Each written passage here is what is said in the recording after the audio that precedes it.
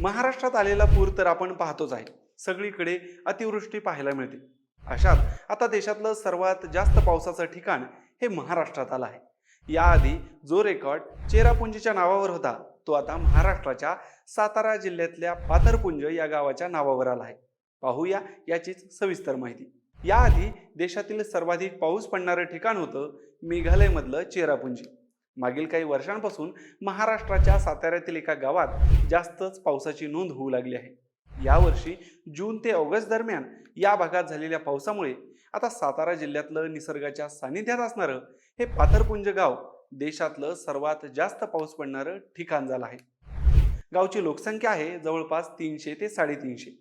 चांदोली आणि कोयना या दोन अभयारण्याला जोडणारा जो सह्याद्री व्याघ्र प्रकल्प आहे, त्याच्या कोर भागात ही 3 गावं येतात: कोळणे, मळे आणि हे सर्वाधिक पाऊस पडणारं पाथरपुंज. या तीनही गावांचं पुनर्वसन केलं जाणार आहे, परंतु अद्याप हे केलं गेलेलं नाही, कारण ते ऐच्छिक आहे.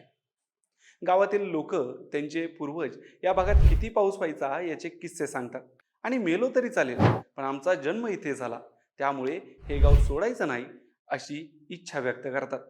अधिकारी सांगतात की 7500 मिलीमीटर पाऊस इथं वर्षभरात पडतो.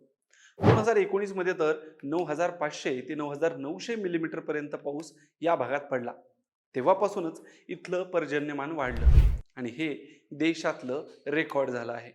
यावर्षी चेरापुंजीत जितक्या पावसाची नोंद सप्टेंबर पर्यंत झाली आहे, त्यापेक्षा दीडपट या भागात पाऊस झाल्याचं अधिकाऱ्यांनी सांगितलं.